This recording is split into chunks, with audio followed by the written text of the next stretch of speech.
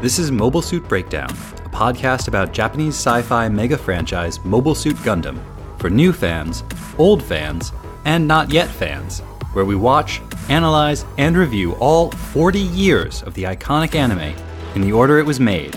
We research its influences, examine its themes, and discuss how each piece of the Gundam canon fits within the changing context in Japan and the world from 1979 to today.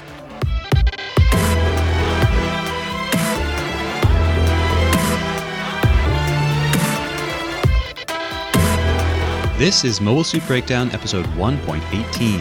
What will you do now? And we're your hosts. I'm Tom, longtime Gundam fan, and now discovering all kinds of new feelings thanks to Kycilia. And I'm Nina. You longtime Gundam fans have no idea how I feel. Welcome back to Mobile Suit Breakdown.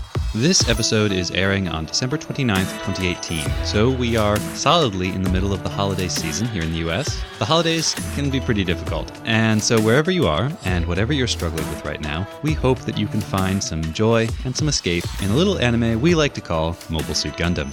We have some thank yous and some exciting announcements to share with you this week. First, thank yous go out to Mark, Connor, Cheeto Bandito on Instagram, Zeltronus, and Reddit user Good Apollo. Thank you all for your comments, your suggestions, and in some cases, your constructive criticism. Now, this is our last episode before the new year. So first, we want to tell you a little bit about our plans for 2019, which is, remember, Gundam's 40th anniversary. It was almost exactly a year ago that we had the idea to make this podcast. And after months of planning, buying equipment, learning the barest rudiments of audio engineering, and then actually watching some Gundam and making the first couple of episodes, we publicly launched the podcast 4 months ago. We've seen really amazing growth since then, and that's all thanks to you phenomenal listeners and the support that you've shown us. You've shared your thoughts with us, and you've shared us with your friends, and we really couldn't be more grateful. We love making this podcast, we love hearing from all of you, and we're so glad that we've been able to help you appreciate Gundam in new ways. Or just appreciate Gundam.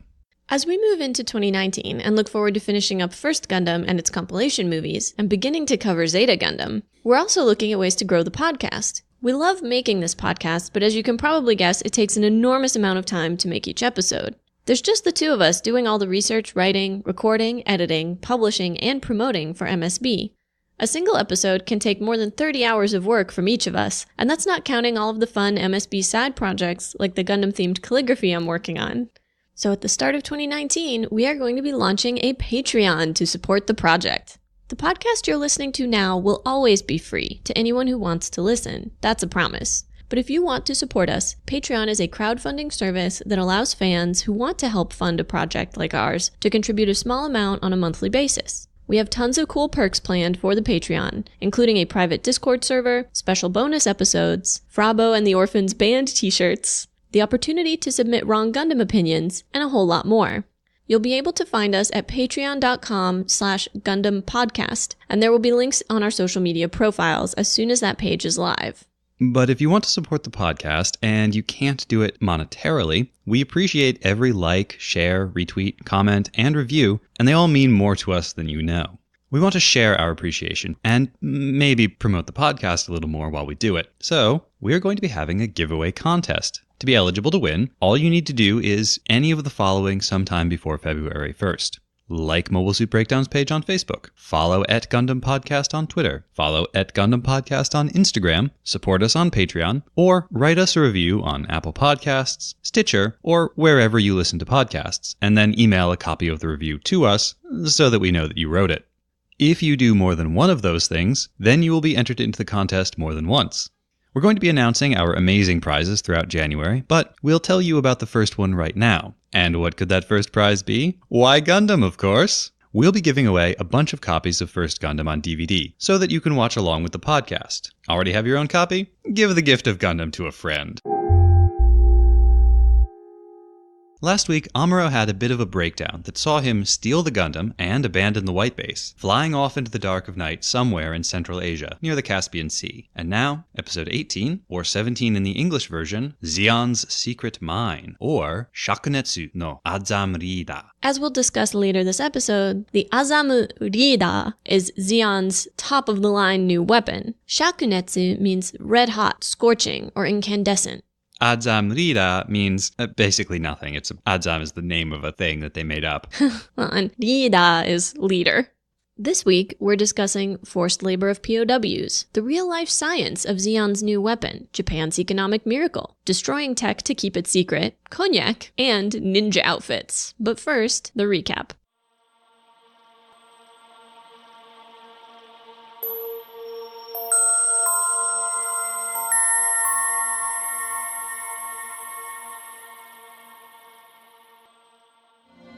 In a desolate and abandoned desert city, Amuro hides out with the Gundam. As he stares into the night, an unfamiliar Zeon ship, bristling with guns and carrying Kycilia and McVeigh, flies low overhead. Back at the White Base, Hayato wonders what they will do if Amuro returns. Kai points out that deserters are executed, and while Ryu assures Frabo they would never do that to Amuro, Sayla and Bright maintain that it is an option.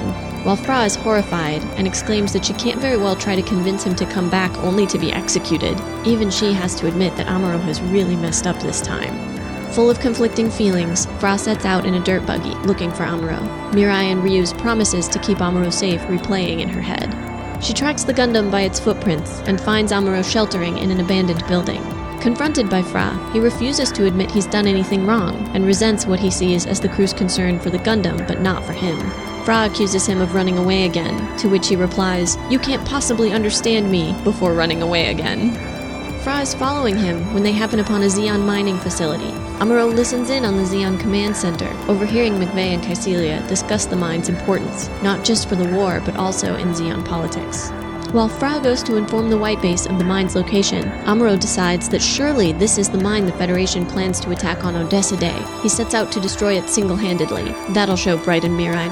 Amuro fights fiercely but with little strategy, almost succumbing to an artillery barrage from the tanks and turrets guarding the mine. Under this surprise attack by the Gundam, Kycilia and McVeigh decide to test a new weapon, the Adzam Leader. The Gundam is incapacitated, but McVeigh waits too long to finish it. While the leader weapon totally disabled the mobile suits it was tested on, it only temporarily shut down the Gundam, and the moment it turns off, Amuro is able to attack again. Realizing they've been beaten, Kycilia orders McVeigh to retreat and to destroy the mine to prevent state secrets falling into Federation hands. Amuro is pleased with himself for destroying the mine, thinking that he's accomplished alone what the Federation planned to use their whole strength to achieve. But as he explores the ruins, searching for information amongst the mangled computers, he finds records indicating that this is Mine 102. There are in fact dozens more facilities just like this one. Outside, he finds a wounded Zeon soldier and assures him that someone, Federation or Zeon, will be there soon. Although Amuro is not in uniform, the soldier guesses that he is the mobile suit pilot, and ruefully tells him, "Don't go easy on your enemy, you don't have enough lives for that." By the time the White Base arrives, Amuro is long gone. Ryu laments that with this attack, Amuro has put the Zeon forces on guard and endangered the Odessa Day operation. As Fra sets off to look for Amuro again, she thinks to herself, "He has no idea how I feel."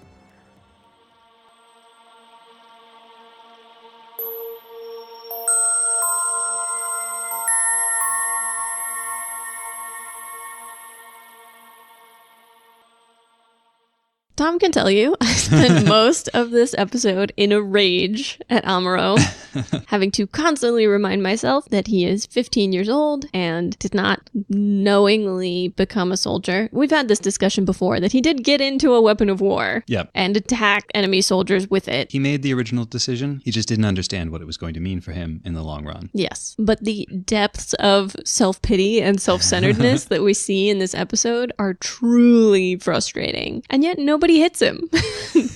Fraubo really looks like she wants to, a couple of times. She's the only person who gets close enough, to be fair. Well, Kycilia and McVeigh try to.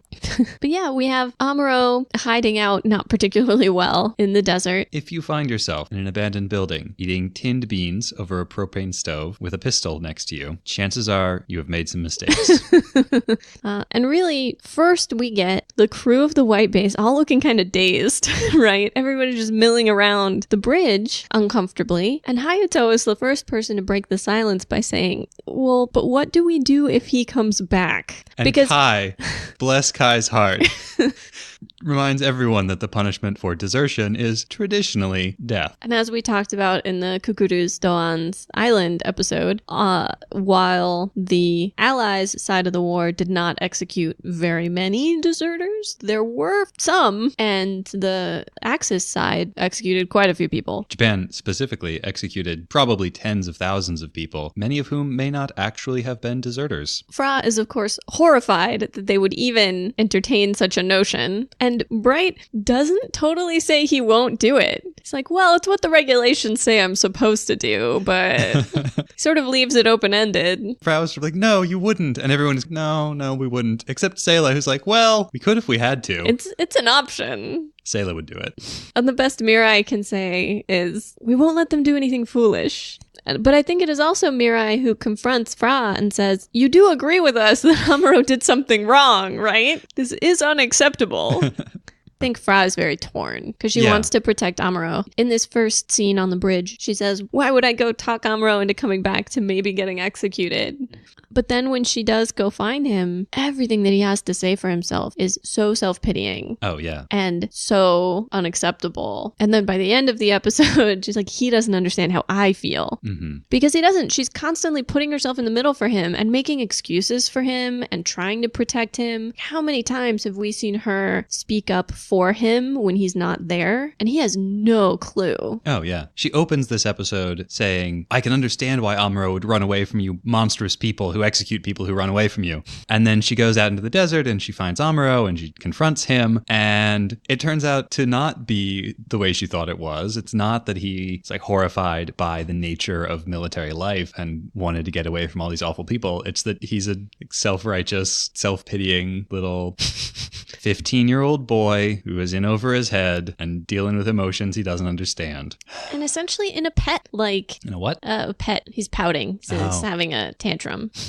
Yeah, she shows up and Amuro is quick to... Almost shoot her. Well, though she's very understanding about that. I shouldn't have snuck up on you. I shouldn't have barged in. It's like she just walked into his room and found him doing something very embarrassing, lying on the floor with his gun in his hand. I think she's shocked that he's the sort of person now who, when he hears someone coming, gets ready in that way. I think it changes for her the way she thinks of Amuro right now. Mm-hmm. But the first thing he says is, oh, this is what everyone's really worried about. And he points to the Gundam. Of course it is, you little bleep. So-and-so. Bleep, bleep, bleep. You took their strongest weapon away from them. You left them all less well defended. When you know that you're surrounded by enemies. You left them all in more danger. What's interesting about Amuro in this whole episode, and it comes up in this encounter and then it keeps coming up later and later, is that he doesn't view himself as a deserter. When Frabo says, if you come back now, they're all going to forgive you, he says, what do I need to be forgiven for? I haven't done anything wrong. Obviously he has, but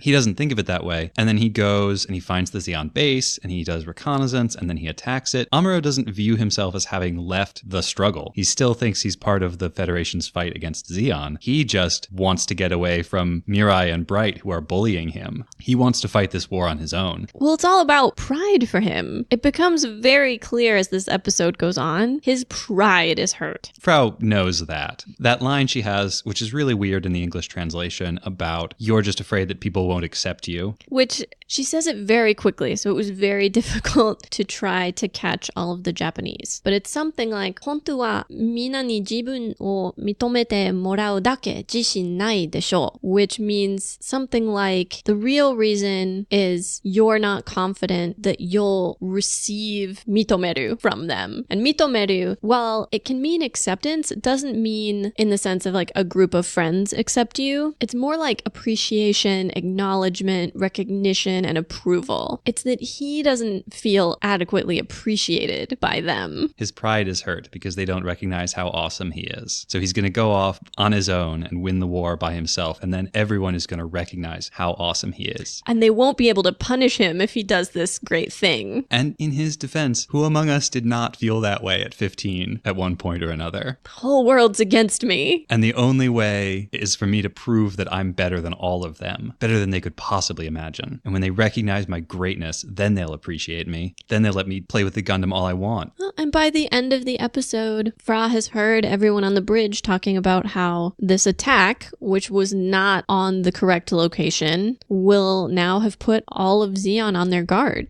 Everything is going to be more well defended. Everything is going to be that much harder for the rest of them because Amuro had to take matters into his own hands. Yep. And then that's when we see Fra get angry and take off in the dune buggy again to find Amuro again. Maybe this time he will get slapped. Quite possibly. And that's when she thinks to herself, he doesn't understand how I feel. Because earlier in the episode, he throws at her that she can't possibly understand how he feels. And in that moment, to some degree, he's right. She has not been piloting anything. She hasn't been an active combatant. But he doesn't understand how she feels. Because here she has been trying to get everyone to forgive him, trying to get everyone to promise nothing bad will happen to him when he comes back, trying to fix things. And he just keeps making it worse. He's so bad at everything he does on his own. He does his best to camouflage the Gundam with some drastically insufficient tarps. I don't know where he found those tarps. He does not have enough tarps. See, I feel like this episode was a long string of, did the Gundam just have that stored away somewhere? It's like the tarps, the little gas burner he's cooking his canned food on, canned food. Is there just a stash of rations on the Gundam? It would make sense for there to be such a thing. It's also possible he just stowed those in his bag before he left. But he also leaves a trail everywhere he goes. Yes. And he leaves huge Gundam footprints, which is how Frabo finds him. I love that. I don't know that he could have done anything about that except flying more, but he also leaves empty cans of, I presume, beans all over the place. So in a long abandoned city. Just like a 15-year-old boy, he is a slob. That's mean. I'm sure not all 15-year-old boys are slobs. Sure, but I was a 15-year-old boy, and I'm pretty sure I was a slob. Was? Hey. Well, and another capability we didn't know the Gundam had, it appears to have some ridiculously good listening equipment because he can hear them talking from the command center of this mine. It's like a microphone. It comes out of the side of the Gundam's face. We see it in a brief shot here. It comes out of the Gundam's face and then it extends out towards whatever it's recording from. But he's really far from them and they're behind glass. It's not a radio pickup. They don't have a radio on that I can see. And I mean, this is one of those hand wave things. There's no way a microphone could just pick up their conversation over the sounds of a working mine. But, And we could assume that Amuro doesn't actually hear them because he doesn't seem to learn anything from that conversation. There are a number of points in this episode, this point included, that I think are meant to show us Amuro's overconfidence and his inability to kind of process the information in front of him in any kind of reasonable, tactical way. Because when he first shows up, he notices Kycilia immediately. Who's that? And yet when he attacks, he doesn't attack there first. He also notices the Adzam, does not attack that first. He even saw it the night before and noticed all the turrets and guns on it.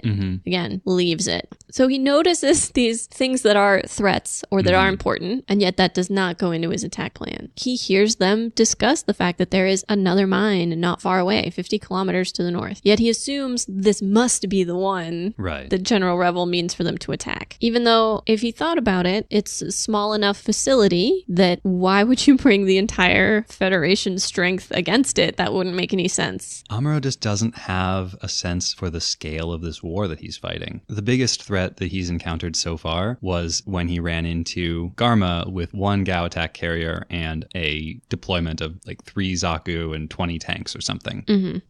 Which is a lot, sure, but when you compare it to the scale of a world war, or in this case, a world and some colonies war, that's tiny. Yeah. I don't think he understands just how big this war is. It also plays into this narrative he has about himself as so important and so strong. Yeah, I by myself can accomplish what would have taken the entire Federation army to do. Right. And he's got some, based on his limited experience with the White Base, where he's the only one, it seems like, who is able to defend the White Base, and he's able to do everything and nobody can stop him and nobody else can do what he can do. It's easy to understand how he developed that kind of narcissistic idea of himself. Yes, but I mean, there's also been the consistent counter effect of critique from Bright. But all that's done is made Amuro resent Bright. I can't help but feel like this ties back into some of our earlier discussions of the fact that Amuro was never really parented by anybody.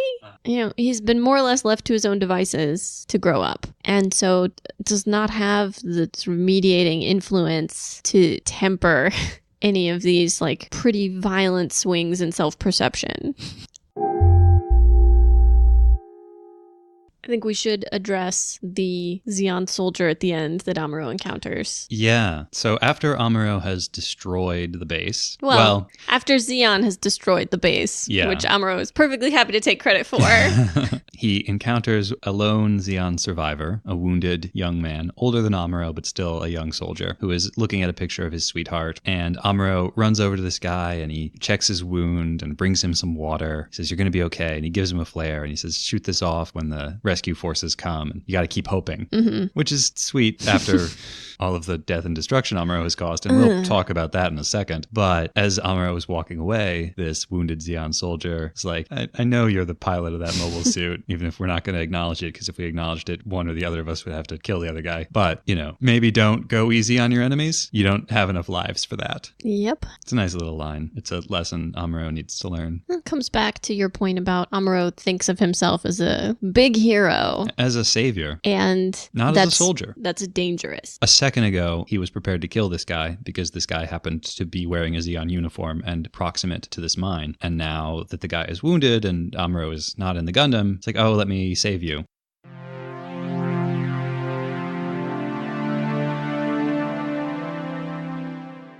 While Amuro and Fraubo are doing the emotional heavy lifting of this episode, we do keep getting cuts back to the rest of the crew on the White Base, who provide a sort of commentary function, almost like the Greek chorus in a classical play. They're there in groups discussing what they, and in a way what the audience thinks of Amuro. And I thought this was most interesting when we see a group of mostly characters we've never encountered before. Job-John is there. And then two other guys. And they're discussing how this guy Amuro is a deserter. Maybe he's gone over to Zeon. Why, they'd give him a fortune if he brought them the Gundam. What do you think? Is this meant to make us consider the sort of reception Amuro might get when he returns? Maybe. We've mentioned a few times he thinks of himself as heroic, but after this incident, nobody sees him that way. No, he sees himself as this hero on a lonely journey to win the war all by himself. Prove himself. Yeah, and he's going to return having done some great deed. But the way he's actually viewed by the other people on the crew is not as a hero. He's a soldier, he's a pilot who was defending them and now has abandoned them. And that to them, there's almost no moral distinction between him leaving and hanging out by himself in the desert versus him leaving to go over to Zeon. They are pretty much equally bad. There's no sense of, oh, Amuro left us, but he would never go over to Zeon. It's like, Amuro left us, and he might. Yeah. It's not, oh, Amuro, we all know he's such a good dude. He would never join the Zeon. No, that's not what it is. And on a higher level, we have the characters we're more familiar with, like Kai and Ryu and Hayato, discussing Amuro in a different scene where they're cleaning guns and doing other necessary tasks around the ship. And Kai even looks at Ryu and Hayato through the chamber of a revolver. Obviously, we're meant to be thinking about the possible execution. Yeah. Well, and Kai sort of says that when he's playing with the revolver. He mimes like he's pointing it at Amuro and says, when he gets back, I'd like to...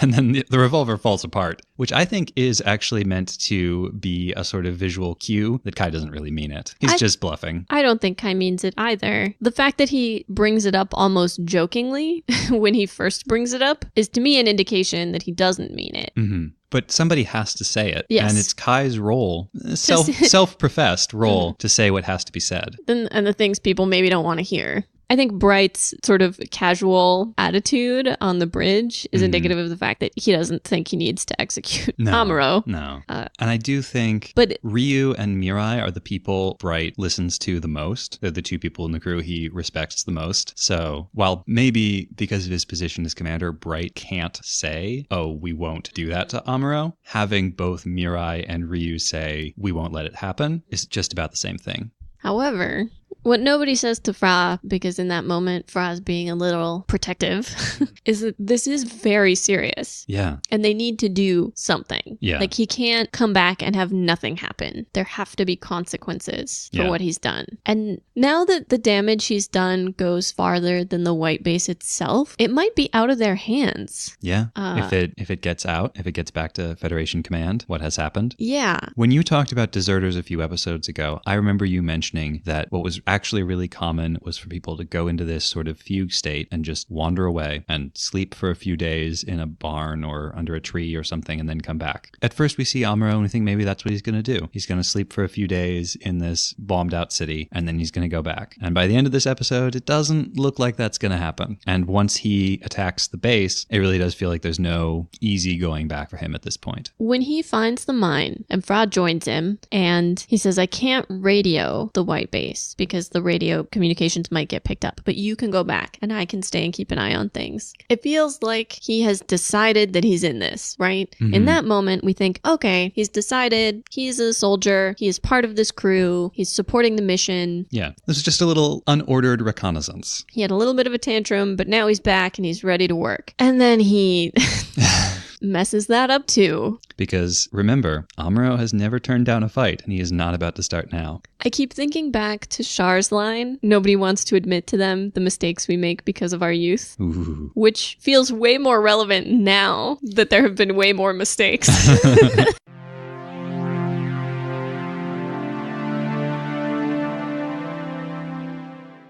As we've talked about many times, this is not a show for children, and there's a joke in this episode that really drives that home, because when Frau Bow is leaving in her little dune buggy and the orphans watch her go, one of them says, oh, do you think that Amuro is a VSOP? And he clearly means VIP, and there's a whole little joke bit here about how he doesn't know the right word for it. Right, for very important person. But VSOP is a cognac term, and I suspect that very few Japanese children are familiar with what bottles of cognac look like. This is a joke that only works for an older audience. Or that maybe some board animators put in and writers included. Yeah. It's a heavy episode. Maybe they felt like they needed a joke. Yeah, maybe they should have put it later, though. True. So what does VSOP stand for? Well, we'll just have to research that.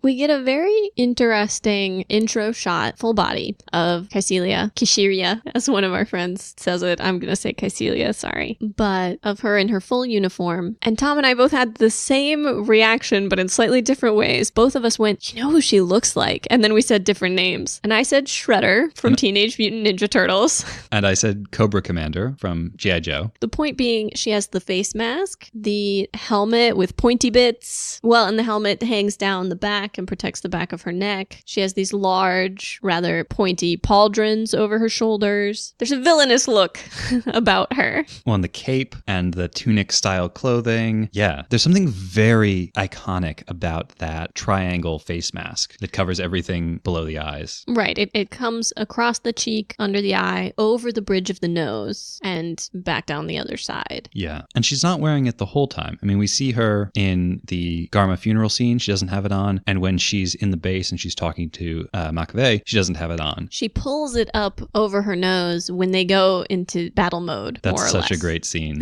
Well, this is the most we see of her interacting with anyone. Mm-hmm. And we get a sense of just how stone cold she is. Oh my God. Yeah, this is Kycilia's episode, and she makes use of every second that she's on screen. You know, first, when she and McVeigh are going through the base to go get the Adzam, and she says to him, I'm not sure I can forgive you for letting the mobile suit get so close to the base without being noticed. Man. I love that. Basically implying that if he doesn't save their bacon, he's in deep trouble. Yeah. Well, and even when she's first being introduced and all we have is a still shot of her eyes are just piercing. Yes. Laser beams right through the back of your skull. And we'll talk about the combat shortly, but when Amuro manages to escape from the Adzam leader, she says, okay, that's it. We have to destroy the mine. And McVeigh, who we have every reason to believe is pretty cold-hearted himself, is startled and says, there are still soldiers there. And her reaction is essentially, doesn't matter at this point, preserving our state secrets and the military secrets that are in the mine is more important than those soldiers are. And they blow the whole thing up. Yep. Stone cold. And then we get a line from her at the end that is a consequence of Amuro's intemperate attack on the mine and some nice foreshadowing for what's to come. Because the last thing she says is, we're going to have to ramp up testing and production of those new mobile suits. Mm-hmm. She mentions several times during this episode that the Gundam's performance exceeds all of their previous notes, data, readings from all of the previous combats. Well, it's a combination of that learning computer and Amuro's getting better. Yep. This is paralleling something Amuro said in the previous episode when he was simulating the goof as a kind of better Zaku. Mm-hmm. And then he goes into battle and he fights Ramba Ral, and Ramba exceeds all of his expectations. Yeah. And Amuro has that moment of, oh, it's really the performance of the pilot that I need to be studying, not just the performance of the suit. So despite being terrible, Amuro's getting better at mobile suiting. He's getting worse at everything else right now. We also get glimpses into some pretty significant new Zeon technology. The Adzam. The Adzam, which is basically a flying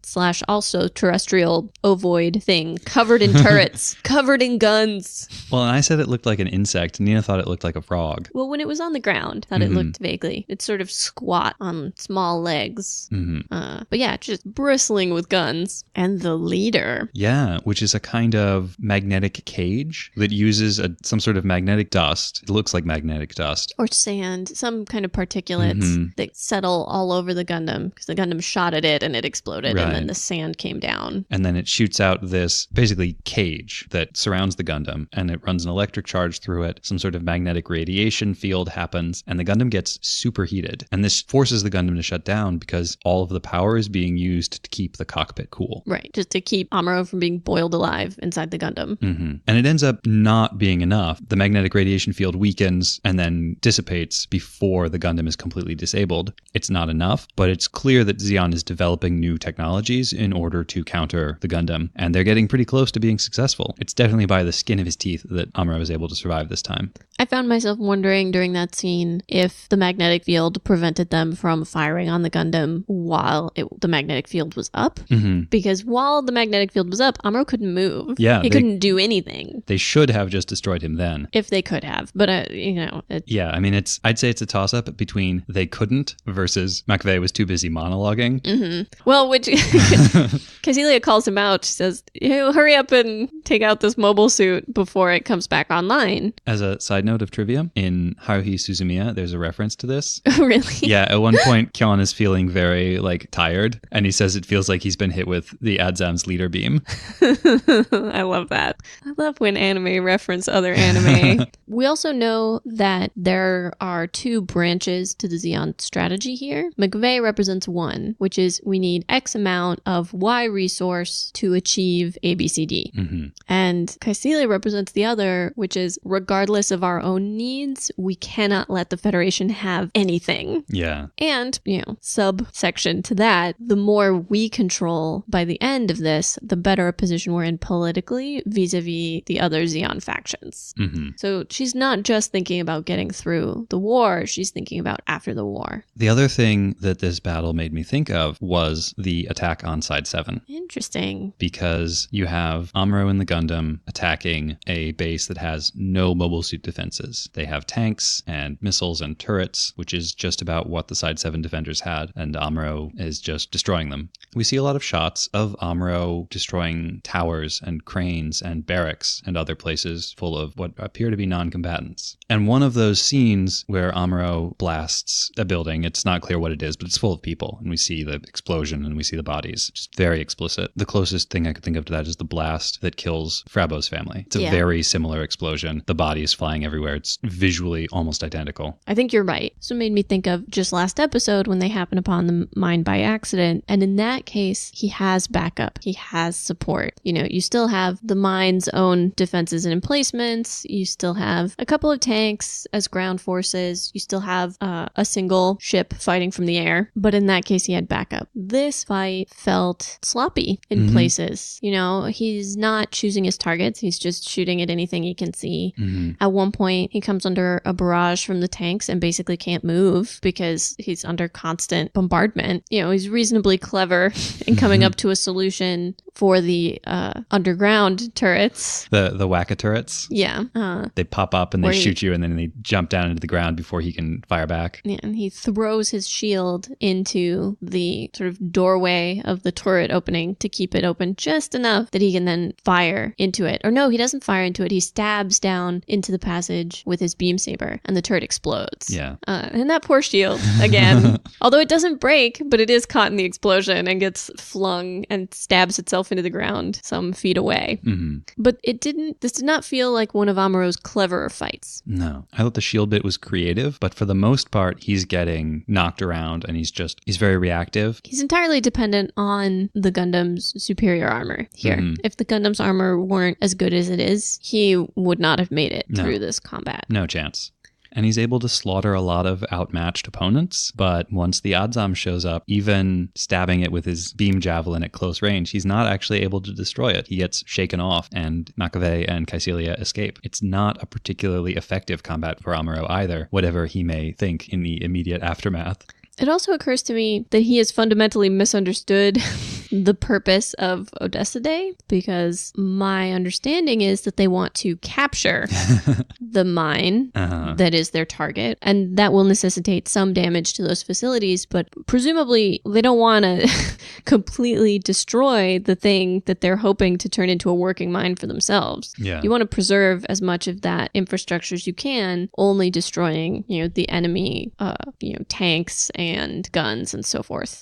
Instead, Amuro just starts laying waste to everything. Yeah. And it occurs to him afterwards, like, oh, maybe I should go investigate and see if there's anything here. And of course, they've wiped all the data. All he finds is a scrap of paper that says that this is mining base number 102. Amuro. Amuro.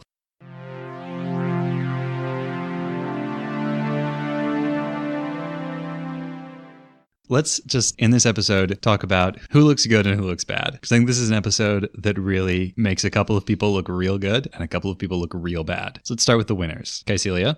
Definitely. Kycilia wins this episode. Well, for what value of looking good? Cold-blooded ruthlessness. Yeah.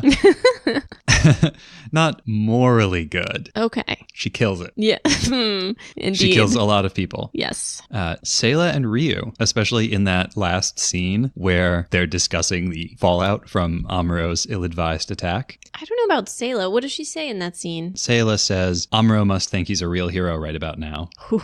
Yeah. I don't know that Sayla looks great this episode. She's kind of still in the doghouse with me after stealing the Gundam. I think her 3 days in the brig are up. I think she should be forgiven. I don't know. I'm just saying, Amuro's being selfish. She was also being selfish. Amuro's putting them in danger. She was also putting them in danger. I don't think she has a leg to stand on here critiquing Amuro. I wonder if in the beginning when she says, well, we could execute him if we wanted to, she's not like trying to distract everyone from her own indiscretion. To be like, look, Amuro did a worse thing. Look.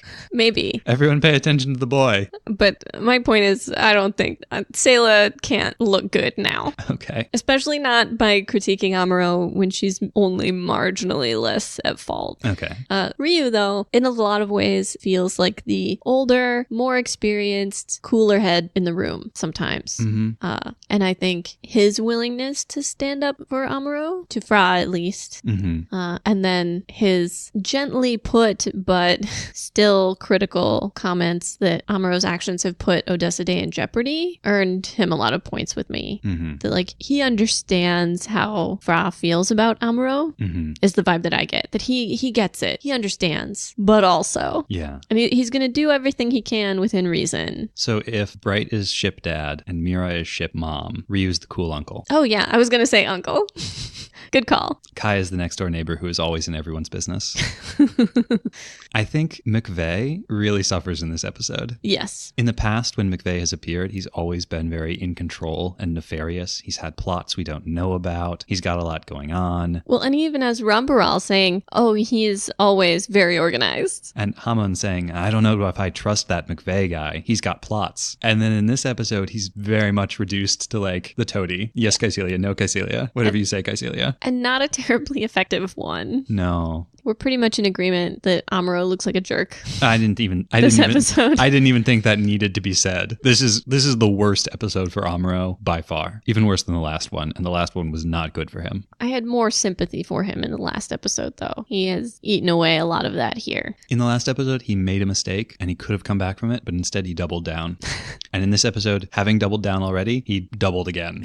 He is quadruple down at this point. Interestingly, for me, I feel better about Fra by the end of this episode than I did at the beginning. Mm-hmm. At the beginning, I was deeply frustrated with her, especially her anger at everyone for talking about what they're going to have to do if they can get Amuro to come back. Yeah. Well, I think at the beginning of the episode, you and Frau disagreed strongly about Amuro. And by the end of the episode, Frau had come around to your way of thinking on it. Well, I think at the beginning of the episode, Fra feels too protective, right? She's feeling defensive. And a lot of that gets stripped away when Mirai points out to her, but you do agree Amuro did something wrong, right? Like, You're not saying that he's blameless in this situation. And then, Fra's case when she goes to Amuro is they don't just need the Gundam, they need you. And this is really about, you're running away again. This is really about your pride, right? Mm-hmm. And so you can't understand how I feel, and closes a door in her face. And I'm sorry. In that scene, I really thought Amuro was just going to close the door and hide in the Gundam cockpit. Like, you can't come in here. This is my safe space. I'm going to my room. Don't follow me. And then she follows him because she's not going to let him just run away.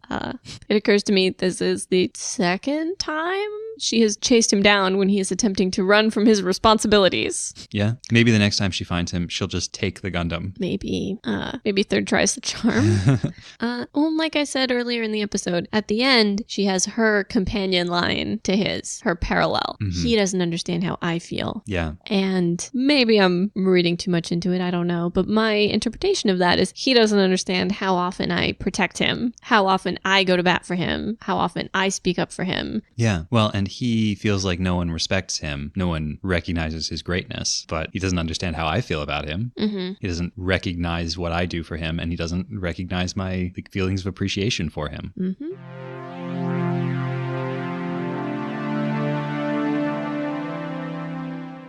Speaking of new capabilities we didn't know the Gundam had, the Gundam talks to Amuro in this episode. I think this is the first time we've had the Gundam give reports in audio. And the voice is it's like a super high-pitched Haro voice. And sped up. My interpretation was that because of the strain being put on the machinery by the leader weapon, that it was affecting the way that sounded. Maybe. We haven't heard it at all, so as far as we know, that's what it sounds like. But in this episode, we don't ever see Haro. Is it possible that Haro has stowed away inside the Gundam? Has merged with the Gundam computer. And Haro is just pretending to be Gundam because... Amuro, Genki, Amuro. Amuro has been ignoring Haro ever since he got the Gundam. That's true. So if Haro becomes Gundam, Haro can have the attention from Amuro. Little did we know, Haro is a jealous beast. When they set Amuro to attack mode, they never turned it off. You mean Haro, when they set Haro to attack mode. Did I say Amuro? You said Amuro?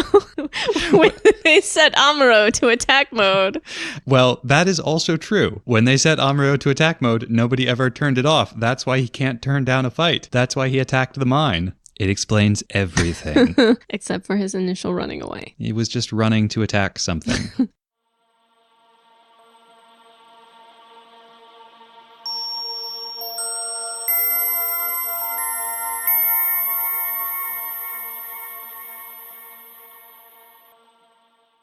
Under the surprise attack by the Gundam, Kycilia and McVeigh decide to test a new weapon, the Adzam Leader. The Adzam, that mysterious ship we saw at the beginning of the episode, launches and deploys the Leader, which at first just looks like a metal orb, but when Amuro fires at it, it opens and showers the Gundam in sand-like particles. A second part of the weapon flies over the Gundam and shoots cables down around it, forming a cage. These cables fill with energy, ?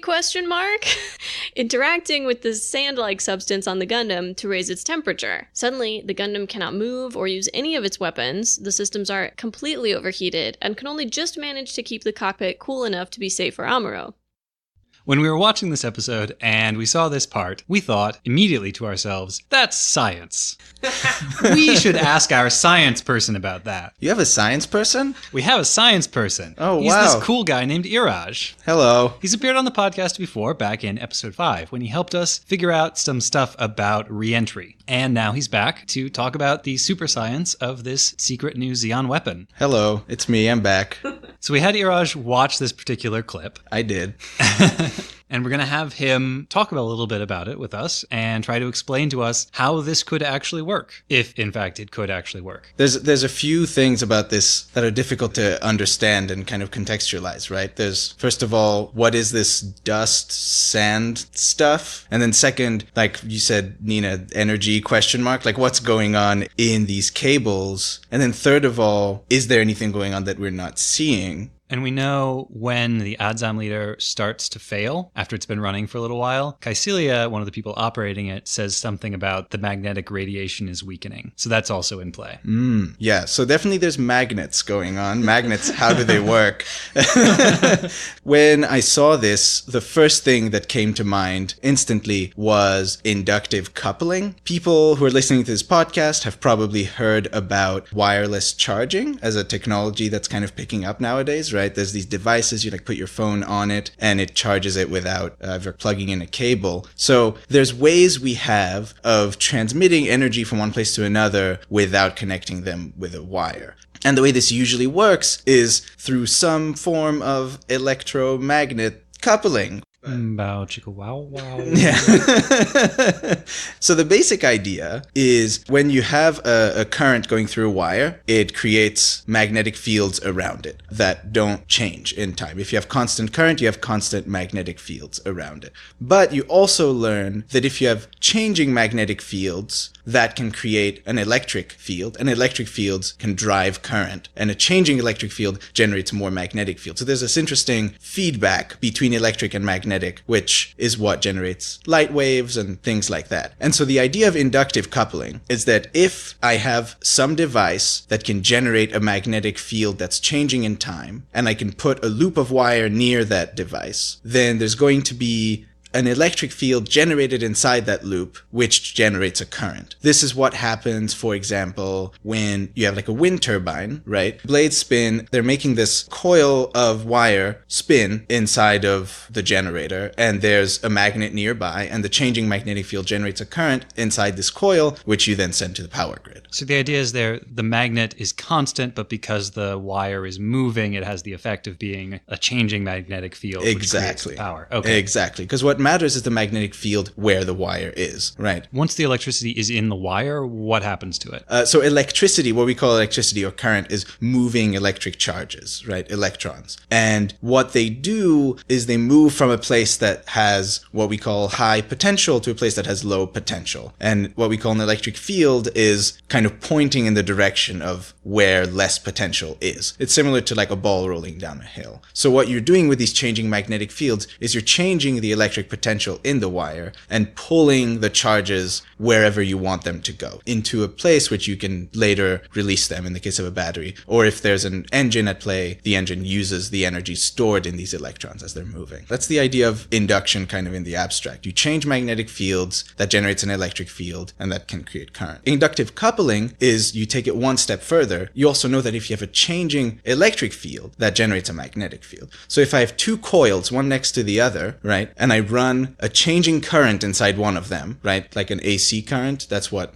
goes through your outlets in your house or whatever. If you have a changing current going through one of these, it's going to generate a changing magnetic field. The other coil feels that changing magnetic field, which generates a changing current inside that coil. And so that way, if I have a current going through some wire, I can transmit that energy through the electromagnetic waves in space into the other coil of wire. The problem with this is it's super inefficient, right? Because the electromagnetic fields are everywhere, and so there's nothing telling your energy to go in a specific direction, so to speak. So from the coil, it just goes out in every direction, and only a small percentage of it is actually arriving at the other coil, right? Or in this case, the Gundam. Right. So we'll get to the Gundam in a second. So in a coil, right, the whole point of using a coil is because ideally, right, a coil is very long and has many, many loops of wire in it. And so, I mean, I don't want to get into the details of this, but the geometry of that kind of forces the magnetic field to be in a specific direction. This is also the idea behind satellite dishes, right? You kind of force the radiation that you care about to go in the direction that you want it to go so that you waste as little of it as possible. So in the case of the Gundam, there's a few things that could be going on. Putting the dust aside for a second. The first thing I thought when I saw it was, oh, it has these wires, this device, what's it called again? The Adzam leader. The Adzam leader. Iraj and I have just been referring to this as the head massager. It really looks like a head massager, yeah. So the Adzam leader has these cables or what antennas is kind of what I was thinking of them as, that like drive into the ground and they surround the Gundam and then they get all charged up with something. So what you could think of that as being is maybe you have some currents bouncing up and down inside of, so they're like some kind of AC current. It's kind of the same thing that like a radio antenna would do. There's just currents moving back and forth inside these wires. And then that would generate this changing magnetic field, right, around these wires. And then the Gundam itself is some kind of a conducting thing. It's a piece of metal. And so the changing magnetic fields generate currents inside the Gundam. When you have currents moving inside a metal, that heats that metal up. This is why light bulbs work, right? The way a traditional incandescent light bulb works is you just have a very, very thin piece of wire. You run a lot of current through it. It heats up very, very hot, and that lights it up, which is also why it's very inefficient energy-wise to use incandescent light bulbs. Don't use incandescent light bulbs. Everyone should be using LEDs. This is 2018. Future light bulbs. Exactly. So the problem with this setup, right, is that if these are functioning like radio antennas and they're just generating magnetic fields just everywhere, then the amount of energy that gets transferred to the Gundam is just proportional to the area of the Gundam in comparison to like a sphere around this. In comparison to everything else in every direction. Right, exactly. So, which is a small fraction, right? I did some back of the envelope estimates, which were wrong and I've redone since then. I think the efficiency of this setup would be something like less than 4%, which is pretty low, assuming that you can convert all of the current going through the wires into heat on the Gundam. So that's already pretty bad. Then you'd have to worry about how are you actually generating the currents on the Gundam, right? And that's where the dust comes in. At first glance, if the Gundam was just made of metal, then you wouldn't have really anything to worry about. But maybe the reason why they put the dust on it is because, this is interesting because we were talking about re-entry a bunch of episodes ago, maybe the Gundam has some shell of something on it, some kind of like ceramic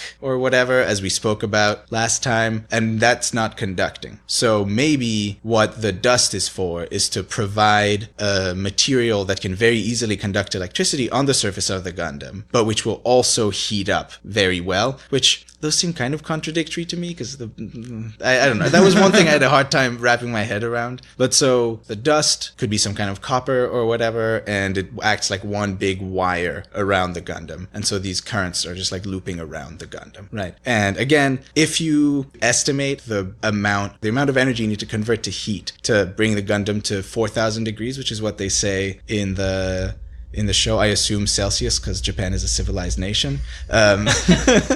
If you estimate how much energy it would take to heat up, I think it comes out to a couple of tons of titanium is what I estimated the shell of the Gundam to be. The amount of energy it would take to heat that up to 4,000 degrees Celsius. They do it in like 15 seconds in the show, so you would need about like 10 gigawatts of power to do that, which is a lot.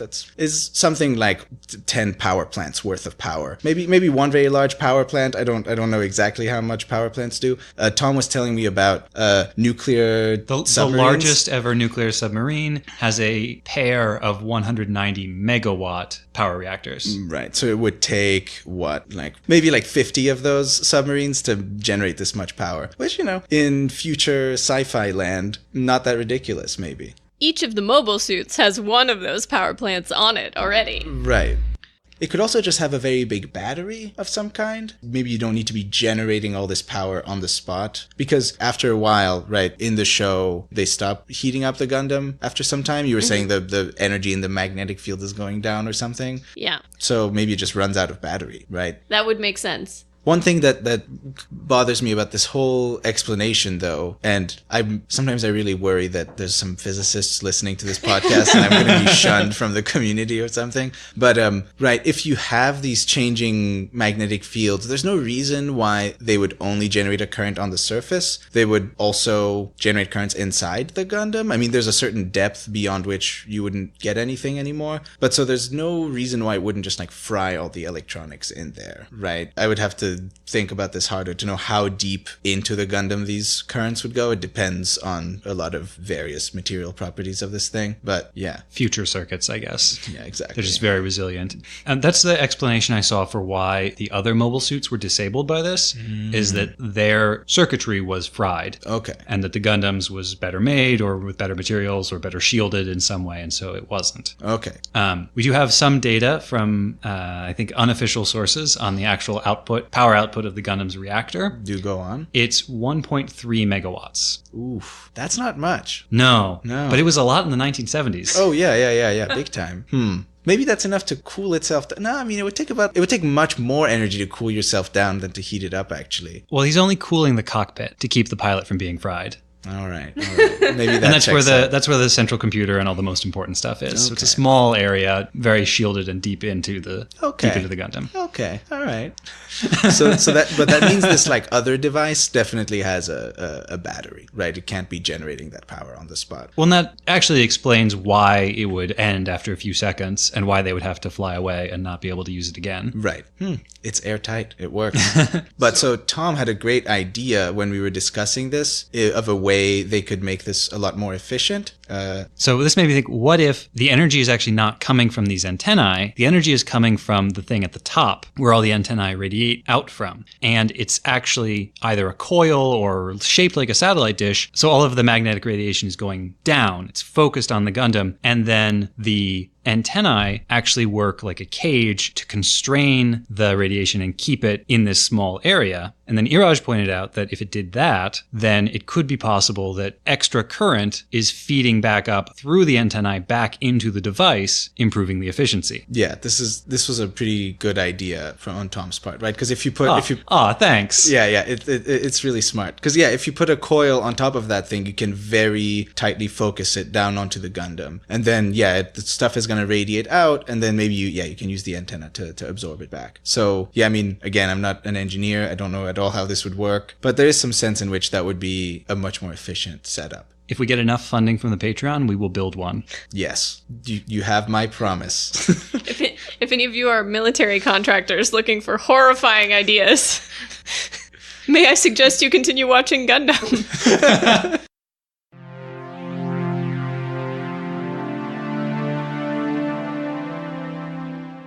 That little joke in the beginning of the episode about how Katz, the oldest orphan in the trio, doesn't know the English acronym for very important person and instead says VSOP, an acronym that denotes the quality of a bottle of cognac, actually tells us a surprising amount about Japan's economy in the late 70s. VSOP stands for Very Special Old Pale, and it designates any cognac that has been aged for at least 4 years before being bottled. But let's go back a second. Cognac is a kind of brandy, and brandy is wine that has been distilled twice. The first distillation produces eau de vie, and the second makes it brandy. Once distilled, a batch of cognac is aged in oak barrels, and then blended with other batches to produce the right smell, taste, and color. If the youngest cognac in the blend is at least 2 years old, then it's very special, or VS.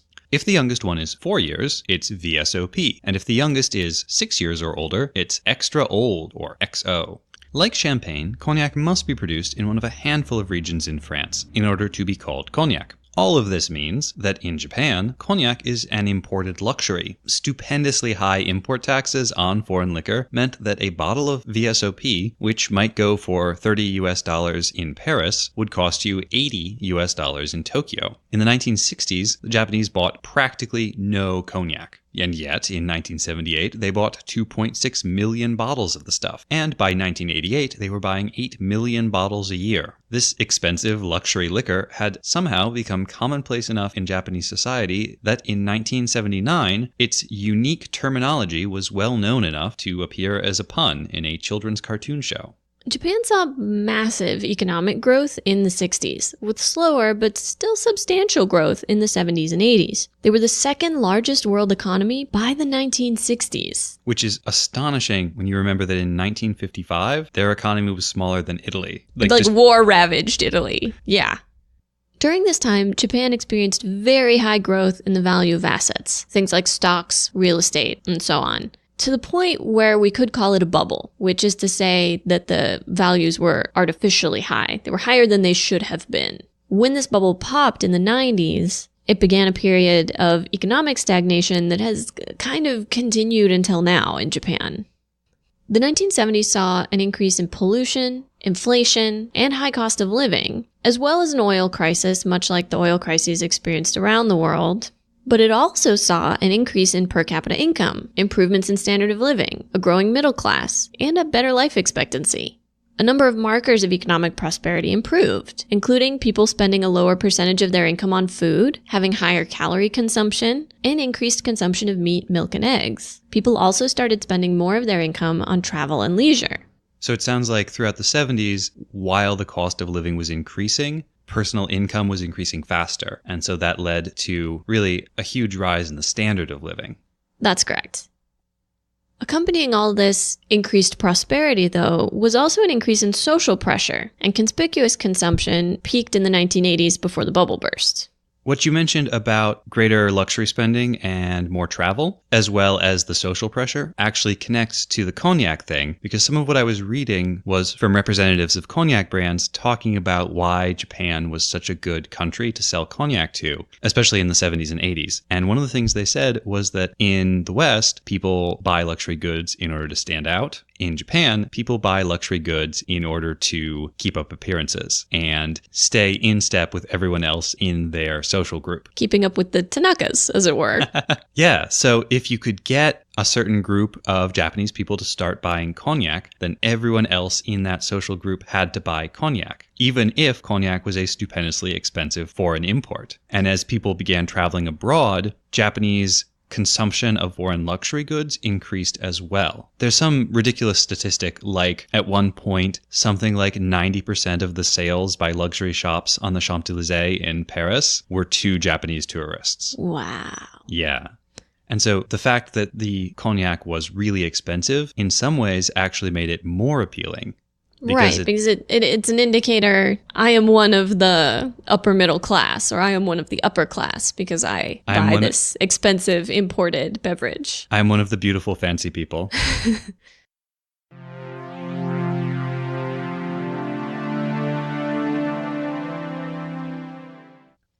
This episode gives us our first proper introduction to Kycilia Zabi, and I believe it's the first time that we see her in her full iconic outfit with the mask up.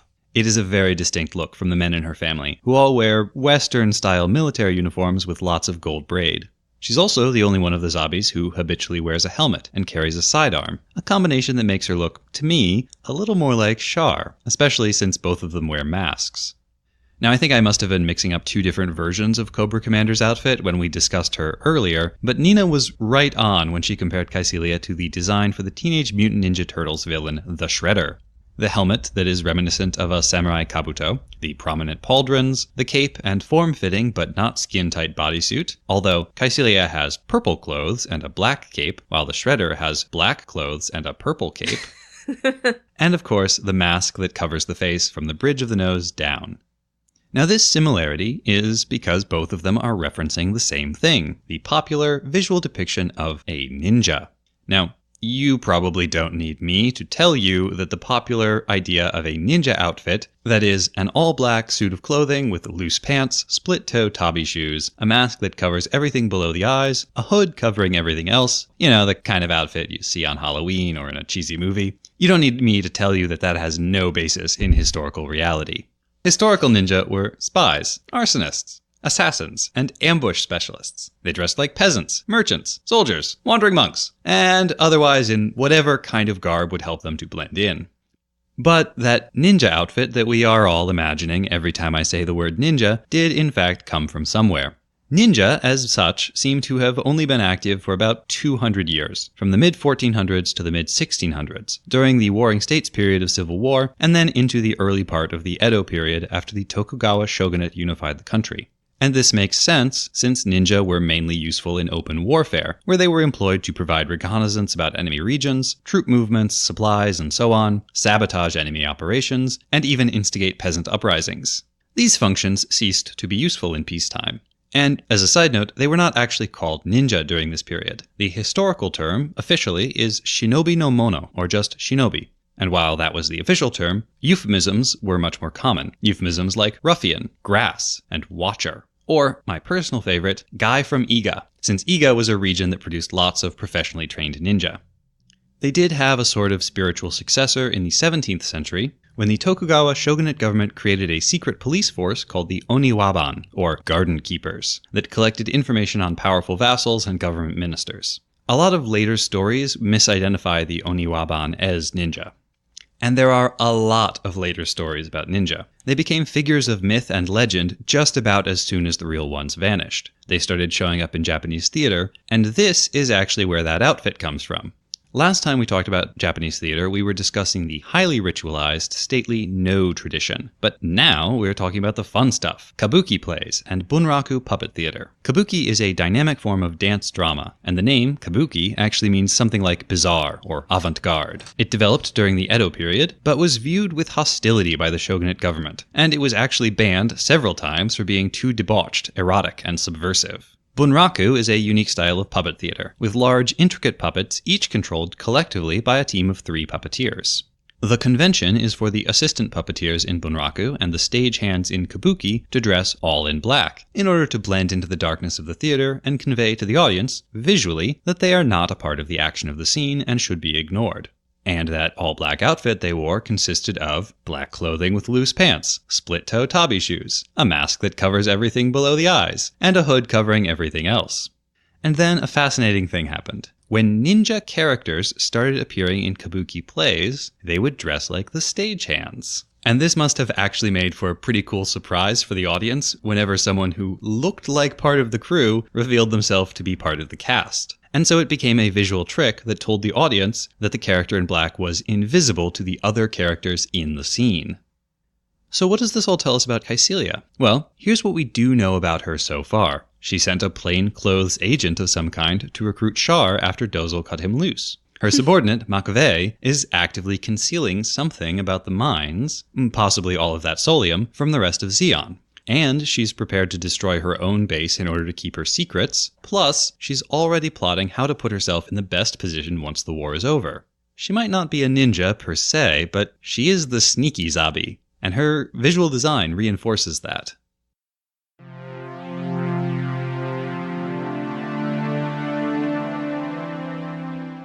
Industry during wartime was often staffed with POWs, or prisoners of war, forced into labor. This was extremely common during World War II. Especially for the Axis powers. Now, this is in no way explicit in the text of the episode. I doubt it was something that they wanted to draw attention to, or they'd have made it explicit, but we think it's something worth thinking about. Now, during World War II, the Nazis used Soviet POWs for heavy labor, building roads, agriculture, construction, and mining. Death rates were very high due to poor rations and brutal work conditions. Japanese POWs in the Soviet Union were also forced to work in mines, where the death rate was something like 10%. Just recently, in 2015, the Mitsubishi Corporation apologized for its use of American POWs during the war, including in its copper mines. Sorry, 2015? Yes, 2015. Like 3-ish years ago, 2015? Yep. It was the first time a Japanese company had apologized for the use of POWs. The government had issued apologies in the past, but this was the first time a corporation that had used prisoner of war forced labor, which is to say slave labor, had made an apology. Wow. Yep. What most of these cases have in common is these were countries with severe labor shortages. Basically, their entire workforce had gone to war, and so you didn't have sufficient people left to grow the food, build the buildings, whatever else needed doing to support the regular population and the war effort. We know from the show that Zeon has much less population than the Federation. Of course it does. It's one side compared to the entirety of planet Earth plus a couple of the other sides. They certainly wouldn't have enough population to both field an army and staff a bunch of mines that they never controlled before, that they were not previously staffing. So when we see the Gundam blow up barracks and watchtowers, we know there are soldiers there. McVeigh says it. We see a soldier at the end. But a lot of the people in this mine would have been prisoners of war, either soldiers or civilians captured by Zeon and forced to work in the mine. Good job blowing them all up, Amuro. You're a real hero. That does feel like the kind of point that possibly Tomino would have made. Like, Tomino's not afraid of making Amuro look bad, clearly, but maybe that felt like a step too far. Impossible to know, really. Speaking of the mine, I actually looked into solium, that mineral that McVeigh claims to be extracting in minute quantities at Mine 102, the one that is so essential to Kycilia's unspecified strategic goals that they had to destroy the base in order to protect the secret. And I can now confirm that it is totally made up. And what's more, it will never show up in Gundam again. I guess it wasn't that important after all. Or they did a really good job of keeping it secret.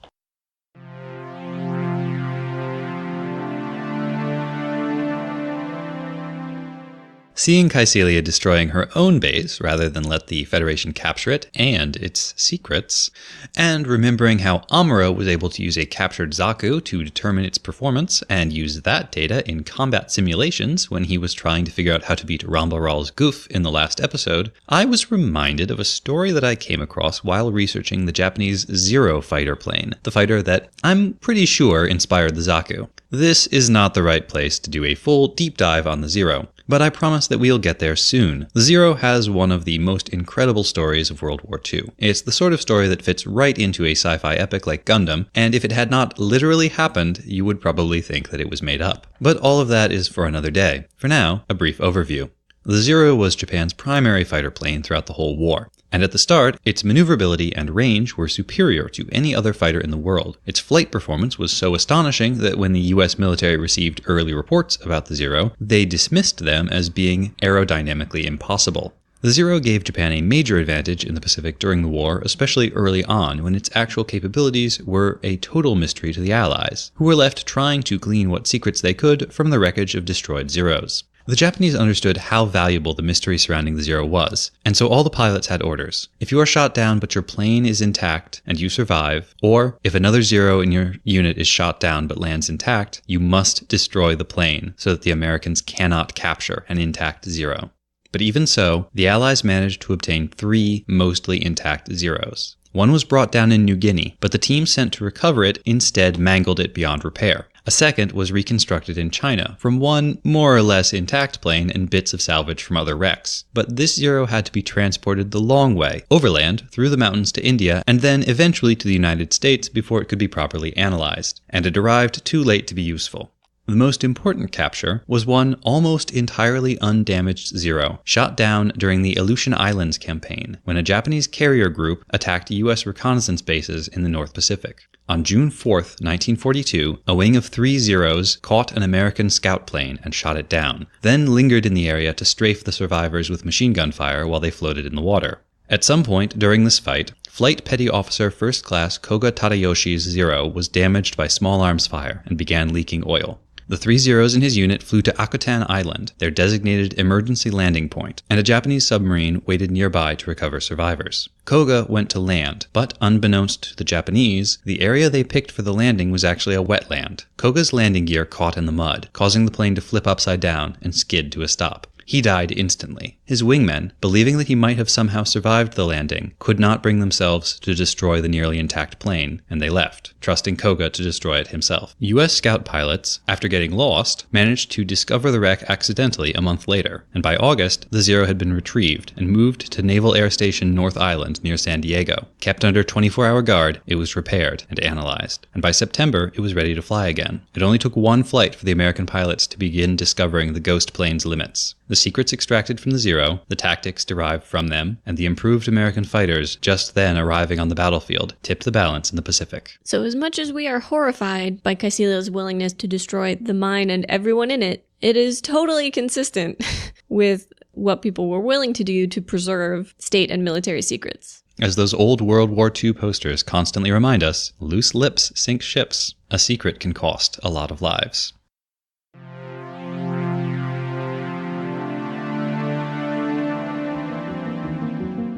Next week, we return with episode 1.19, Duel in the Desert, to talk about a feeling similar to regret. Fraternizing with the enemy. A more wretched hive of scum and villainy. That poor shield! Again! Disarmed. Do a barrel roll. And I'll get you next time, Gundam. Will you be able to survive?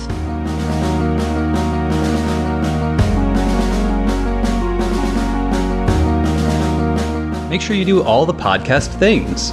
Like, subscribe, share, and pledge your undying devotion to Mobile Suit Breakdown on fine podcast services everywhere and on YouTube. Follow us on Twitter at Gundam Podcast. Check out our website, GundamPodcast.com, for episodes, show notes, and more. And you can email your questions, comments, and complaints to GundamPodcast@gmail.com. Or shout your wrong Gundam opinion to us directly by coming to scenic New York City and yelling, "Amuro's doing good work in this episode. He's a real hero," on any busy street corner. We'll totally hear you. The intro song is Wasp by Misha Dioxin. The closing music is Long Way Home by Spinning Ratio. You can find links and more in the show notes. And thank you for listening.